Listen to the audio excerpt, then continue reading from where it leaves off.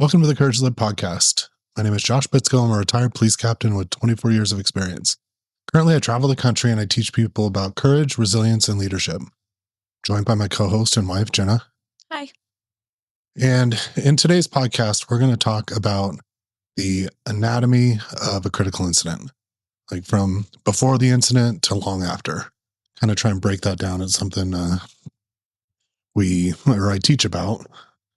So, but before there, if you happen to notice both of our voices are kind of raspy, is we had a great Thanksgiving in Hawaii. We ate fresh fish, and then we both caught a cold on the way home. Yeah. My eyes feel like they're bleeding. Yeah. And my voice, feel like I'm losing it, and I cough every, 35 seconds. Mm-hmm. So, it makes sleeping a lot of fun. Yeah. And I made a very important decision on this trip. And that decision was that my midlife crisis is now over. So those that watch on YouTube, you'll notice that the bangs are no more. The bangs are no more? You got rid of the bangs? Yeah. It's like, men that have to buy like a Corvette or whatever. Mm-hmm. This is kind of that. You didn't cut your own bangs, but you had a professional do it. And now you got rid of them. Yes. And I did the same thing when I was pregnant. I chopped my hair off and then I instantly regretted it. And I don't know, there's a saying, they say out there, you should just never cut your bangs, especially when you're feeling emotional. And my whole year turning 40 was emotional, and I should have heeded that advice. Yeah, no. Not that anyone cares, but I am now free from my midlife crisis. Oh, yeah, no more? Yep, it's gone. Okay. We'll see. Yeah. So I think a big part of the business and what I teach about really it revolves around critical incidents. I mean, the name of the class is Police Resiliency and Critical Incident Mindset. That you teach, yes. Yes, that I teach. And I really wanted to create a blueprint or the right mindset for officers, but really it translates to anybody. Mm-hmm. So before we get into it, I want to define and talk about what a critical incident is. Mm-hmm. Right? We've talked about it a couple of times, but in previous podcasts, but we've talked about specific critical incidents that you were involved in. Yeah. Right. So in policing or in life, critical incidents are those low frequency, high liability, high danger events. And low frequency, depending on your job, if, let's say you're a police, like a canine handler, you're going to critical incidents almost every night, right? You're going to the hottest calls, or you're in SWAT or something like that. But even a police officer is going to have a lot of critical incidents. But then still in life, what I would say is something that is a critical incident is something that, again, doesn't happen a lot, causes a lot of stress, and you have a lot to lose, right? Whether it's your life in policing or in business, maybe, losing a bunch of big customers or a lot of money or business going under, depending on how you respond to this situation. So I think with that, definition, how do you prepare for something, especially when it is low frequency? I talk about active shooters, right? And it's a easy one to talk about because there's so much on the line when there's an active shooter in a public place for anybody that, security, police officers, anybody that could respond. And it really does epitomize that critical incident. But if you think about it, true active shooters, and what I mean by that is somebody going through a crowded place, randomly shooting people until they're stopped by police, stopped by a brave citizen. And truly on average, there's about 35 a year. So if you think about that statistically, I mean, how many people are going to be involved in those? But we really have to prepare for it. We really have to train and be ready because it's such high liability, high danger. There's a lot on the line. So I think it really starts before the critical incident ever happens is making sure you train. And you train whatever your job is to be an expert in your craft. Because when the stress hits, that's not the time to be figuring out what you have to do. Which I feel like a lot of people in leadership positions make that mistake in particular. They don't do a lot of prep work for handling a crisis. Mm-hmm. They kind of wait till they're in it and figure it out or try or fail. Well, yeah, I did. I promoted to sergeant and hadn't even been to sergeant school yet. Was on graveyard, had my first barricade. Now I had been on a bunch as an officer, but it's different when you're in charge of it.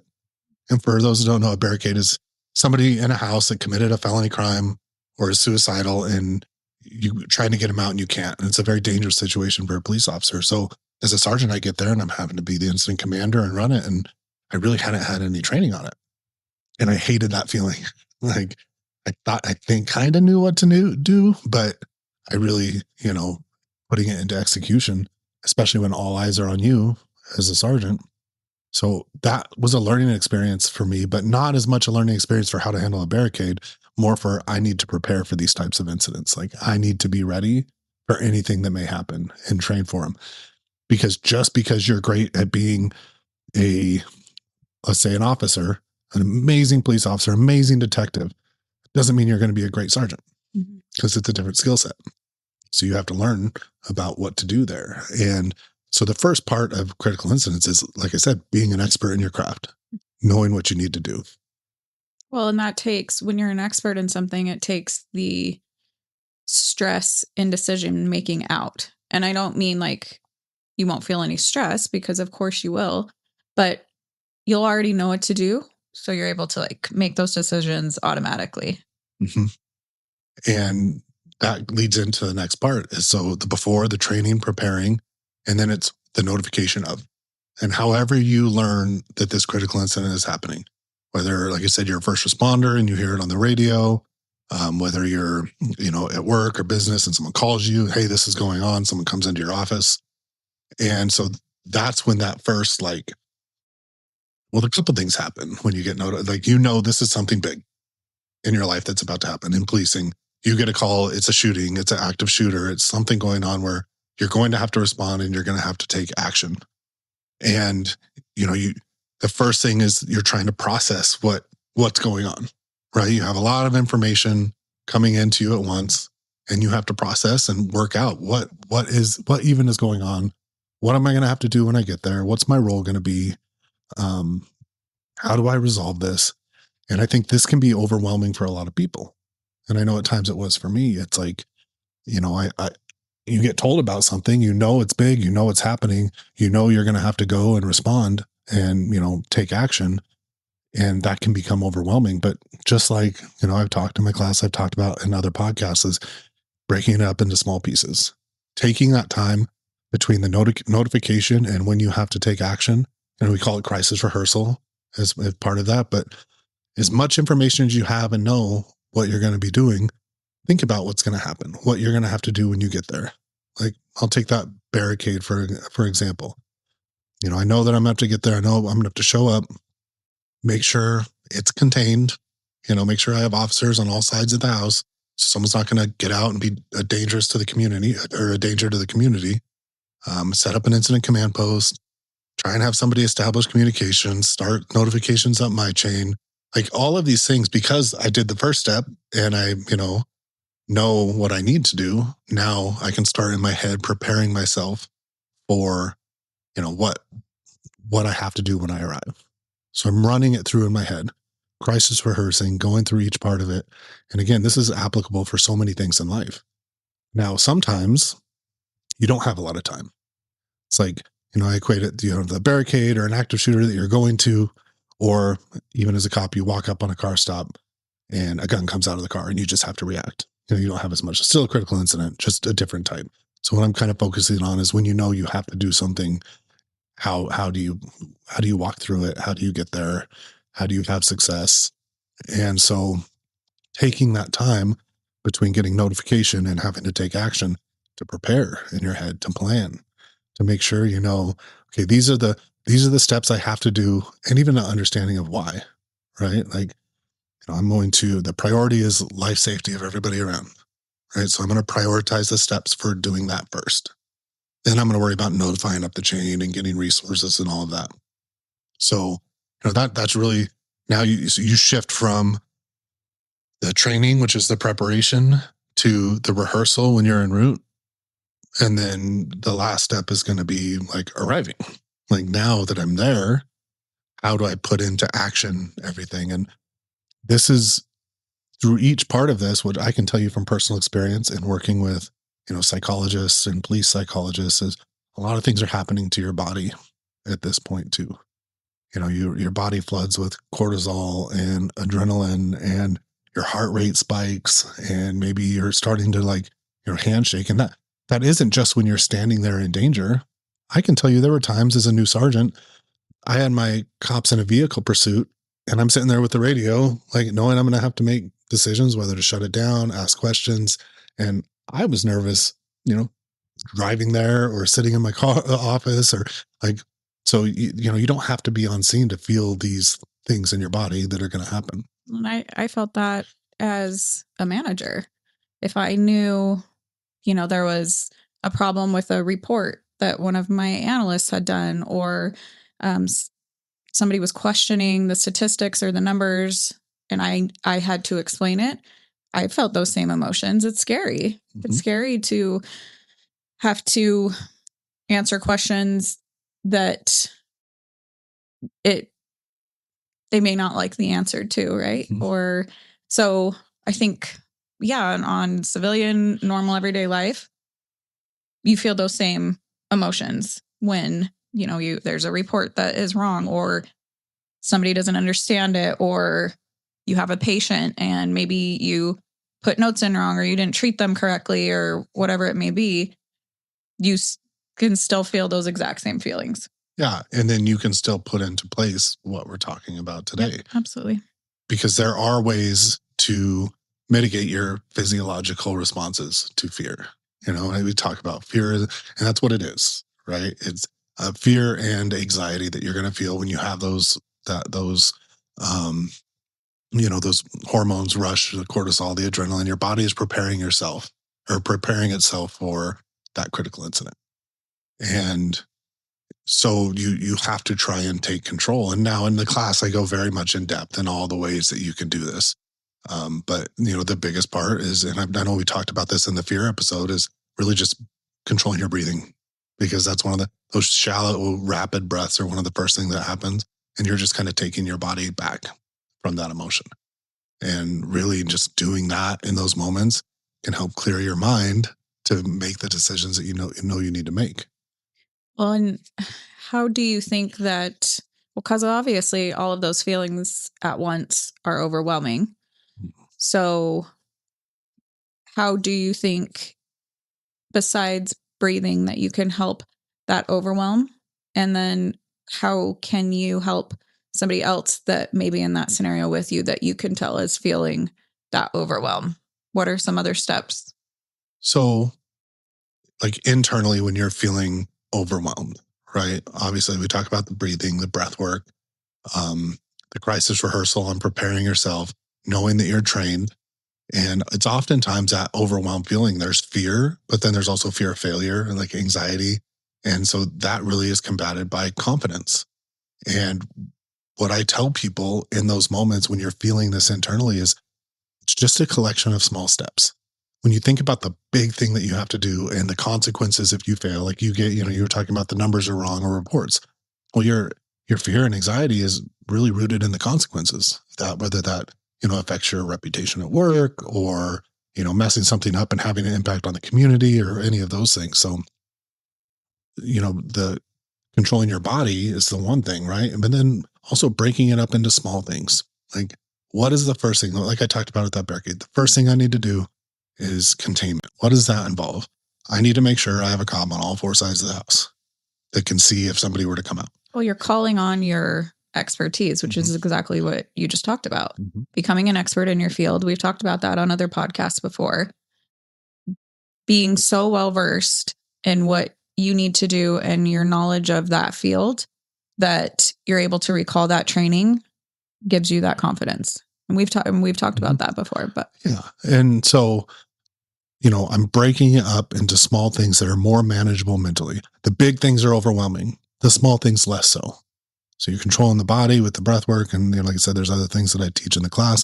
And then, mentally I'm breaking this up into a small thing. I'm just going to keep pushing forward, keeping forward momentum, because it may feel like you're not, doing enough fast enough, but as long as you're moving forward, you are. And that's how, like, internal, that's what I've always done to push forward, right? It's like breaking things up into small steps and getting those steps done. And then you turn around and, okay, yeah, we're through it. We're through the whole incident. You might be exhausted. Like, I remember after the UNLV shooting that I know that we talked about on another podcast, but I know when that was over, like, I just felt it was 8 or 9 hours, 10 hours of work, just small steps pushing forward. And then I remember just feeling like exhausted. Like, that's when it hit me. When you have the adrenaline, you have to keep pushing forward and going. It's one thing, but then afterwards, then it's like, that's what's difficult. And that's where it really impacts you. But, and then knowing, so you keep that forward momentum, doing small things, and it turns into the big thing, and you got that big thing done. Do you feel like bias, assumptions, those things can sneak in to that process and impact your decision making? Yeah, I think so. I mean, I'll give a perfect example. In K9, we always talk about suspect psychology. When, a big part of what you do in K9 is you're searching for somebody that ran from the police. Generally, people hide when they run, especially if they're somewhere they don't know. But again, I'm making an assumption there, right? And so we would always know, okay, most suspects end up running to the right. When they're running for the police, they run to the right. And if they run to the right, they run a lot longer. They run to the left because most people are left-handed. They generally hide. Most people are left-handed? Most people are right-handed. Like, so if they run to the left, which they tend to panic more and hide. And so in K9, you always want to be, okay, I'm going to take to the left and I'm going to take the first area. Or I'm going to take the right and I'm going to take towards the end of the perimeter where they're most likely to hide. Because you're making an assumption based on suspect psychology and experience. And I can tell you how many times, like, I'm taking a low, as a sergeant, I'd show up and I'd let my guys take the high priority spots. I found a lot of people, hiding to the right immediately, or to the left in a far distance, like just anywhere else. Like, we make assumptions and it impacts our decision making. Like, this is where I'm going to search, but ultimately it's not, it's not always the case. It's not even usually the case. I mean, I found a lot of people to the left immediately too, but we have these assumptions and it affects our decision making. I know that, most barricades don't end up in shootings. The shooting is going to happen at the onset and then at the end.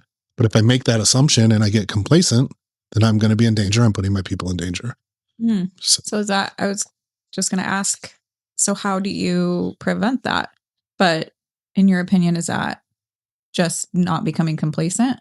Yeah, exactly. It's like, okay, so right now, if someone waved a wand and I was back in K9 in my first perimeter, I'm going to take to the left short, just because it's also superstition. But I'm not going to be complacent.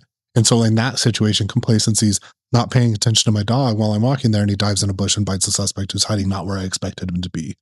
Or I'm complacent on a barricade because after the first 30 minutes, most of them end peacefully, then I'm getting complacent, not really taking cover, not doing all the steps I need to. So yeah, you fight assumptions through not becoming complacent. It's just a data point in your head. And because assumptions oftentimes are based in experience, right? Like, and bias. And so I just being aware of that and not allowing it to, make you unsafe. And I think it's the same thing in any other job. You have experiences, it's going to affect your decision making. So, but if you don't stay on top of it, you could get lazy and make mistakes that you're not intending to because you're like, oh, it usually doesn't matter. So we've talked about before and during critical incident. So how does that translate into the after? Yeah. So, and this is where I think, I can tell you, me personally did a really bad job. Is, there was either, okay, that was crazy, let's all get beers after and we'll go, go drink and maybe talk about it and debrief, which can be a good thing or a bad thing. But what would it turn into is that alcohol being a coping method for what we just saw and not actually talking about, hey, this really bothered me. Or you just like go back to work and pretend it didn't happen. And not all critical incidents are like traumatic. I mean, some of them are exciting, and then it doesn't really have, like, I had several critical incidents that I don't even really think about. And then I have some that were the big moments that stick with you. And I think so, if you do not work on processing through what happened, there's a couple things. First off, is, I'm talking about immediately afterwards, right?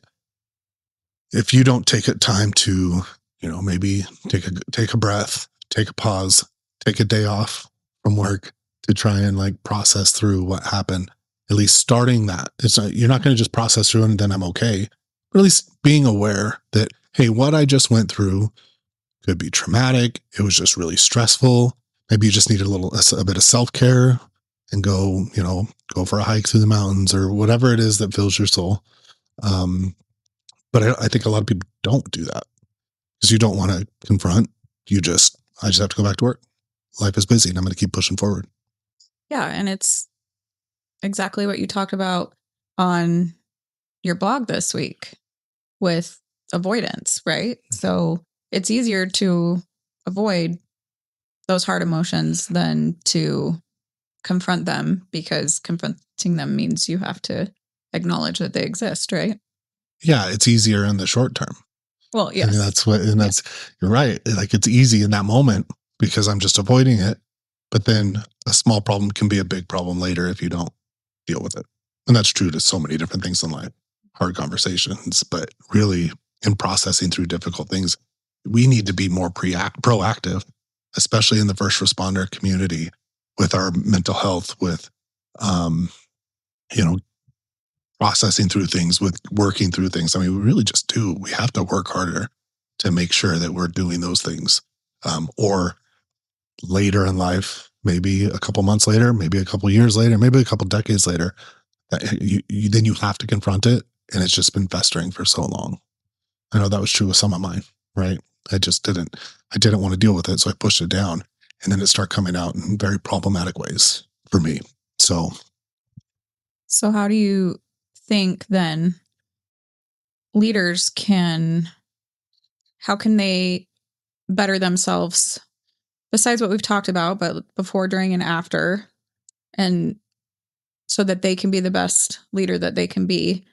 And then I have a question about teams after that. okay. Well, when it comes to leaders, making sure they're there for their people, that they're not allowing, fear and anxiety to overwhelm them because of a critical incident. They also, for after the fact, the first thing is you have to make sure you're taking care of yourself. That was most leaders that I worked with that were very pro wellness of their people weren't taking care of their own wellness. They knew that they needed to, but here's the thing. People are smart and they see, like, okay, you're telling us we need to do this thing, but you're not doing this thing yourself. Inauthentic. Yes. And so, it's like on an airplane, you have to put your own mask on before you help somebody else, right? It's the same thing. You have to make sure you're taking care of yourself and you're coming from a healthy enough place to help people. It's like the quote from my book. Everyone knows hurt people, but healed people heal people. And so you're best positioned to help people if you've been on that journey yourself. So that's step one for a leader, is you need to make sure you're taking care of yourself. And then, it's just, I think we overcomplicate wellness in, first responder community, but every industry. Yeah, really just any industry is, we have to all these resources, but honestly, it's just being a decent human. I know that you went through this hard thing.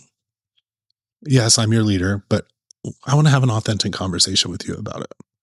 Well, yeah. And I think at least too, on the civilian side of it, for me, if one of my people messed up and it was a big mistake, I always took accountability and said it was me, because at the end of the day, it was my oversight. I should have trained them well enough. 1, 2, I should have caught it. So for me, it was, as a leader, not throwing people under the bus, not saying, oh yeah, so-and-so, she really messed that up, or I can't believe she did that, or I've trained her better than that. Never, not one time. And I watched other managers do it. I watched my boss do it all the time. Meaning watched them throw people under the bus all the time, and they had thrown me under the bus before, and I knew how bad that felt. Mhm. And I never wanted to do that to any of my people. And so I didn't, because at the end of the day, it was me as a leader. Like any single mistake that my people made boiled down to me. And so I think that is super important too, is one, having your people trained as well as they possibly can be.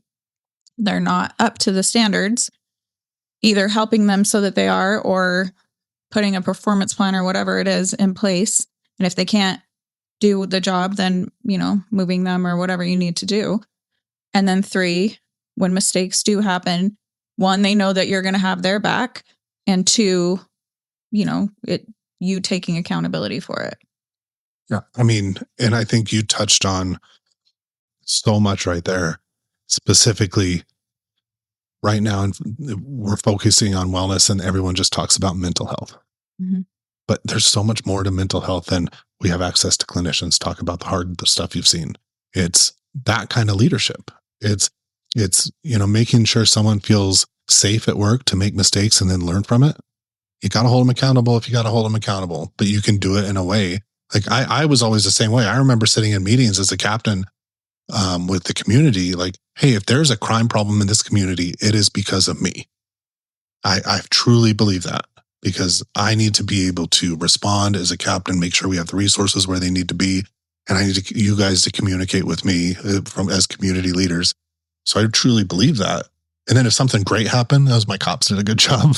And yeah, absolutely. it's like, and so because you build that then reputation because of your character, you build that. Then when you have that conversation with your people about how they're doing mental health, there's value there. It's not you're a crappy leader who's throwing people under the bus, but now because, wellness is important. Hey, how's your wellness? It's just not coming from a place of, I think you said, authenticity. So I think that's a big part of it. And so there's so many different aspects from leadership that you can take care of your people and understand that. But this is the hard part. This is the burden of leadership. You really have to be firing on all cylinders when it comes to that. Time off is important. So how do you schedule it so people can take time off and take the breaks they need? I care about your wellness, but I'm not going to give you time off and you're not getting lunch breaks, and because we're just so busy. Okay, well then you don't care about my wellness. That's how people take that, right? Well, yeah. And I mean, just an example of that, we've seen with the class is literally called Police Resiliency and Critical Incident Mindset. And we've seen agencies that have provided that training for as many people as they could. And we've seen agencies that have just said, here's a training, but we're not going to give you the time off to go. Yeah. Which is actually wild to me. Here's a training for your wellness, but we're not going to give you I'm not going to give you the time to go. You have to do it on your own time. Yeah, absolutely. And I think that's it. Is that means, do you really care about the wellness, or are you just putting on a show that you care about wellness? And, there's both of those things are true. Both of those things are happening right now in the industry. And it happens in other industries too. Mm-hmm. Yeah, for sure. I mean, you go talk to someone working in a hospital and see how much time off they get and how many hours they work and how many breaks they're getting. Or, I mean, that could be repeated in almost any industry. That's the thing about leadership. And I think sometimes it's lost is, oh, this is a great, this class or this book on leadership. Look what I found for you. Yeah. But it's by someone in the military. So that's not going to apply to me, but leadership is leadership. Yeah. And the tenets of them are like, they're the same. So being mindful of that, when you're trying to, back after a critical incident, as a leader, you have to make sure your people are getting what they need and it helps the person, which first and foremost also helps the agency, because, you're not going to have people with these problems later on that now, there's a cost associated with it. There's manpower issues and all of that because you're not addressing it early on. And if it's you that was through it, then you also need to be proactive. You need to be proactive in your own mental health. We spend time in the gym and stay in shape and do all of that, but our mental health, we're like, I'm just going to shove that down and we're not going to talk about it. So that same proactive mindset that we have for our physical health, we need to also have for our mental health. So, last question then. How, as a team, can you spot and support each other during a critical incident? Yeah. So this is where even in my class, I'll get on my soapbox, right? Is if, you're on a team and you're waiting for your leadership to come in and fix your mental health, it's really just, you're going to be waiting a long time because sometimes there's leadership that'll come in and do that. But here's the thing. We know our peers. Again, regardless of the industry, you're spending 10 hours a day, 8 hours a day with somebody, you know them, probably at least their emotional state as well as family. And so if you know somebody is struggling, like it used to bug me. I'd take these, wellness classes and they talk for days about the problem and the stigma of getting mental health. And then when it goes to solving the problem, I say, and just so make sure you tell people if they're struggling, reach out. And in my experience, most of the people that are going to reach out, we're going to do it either way. A flyer on the bulletin board by the kitchen of the office is not going to get somebody to reach out.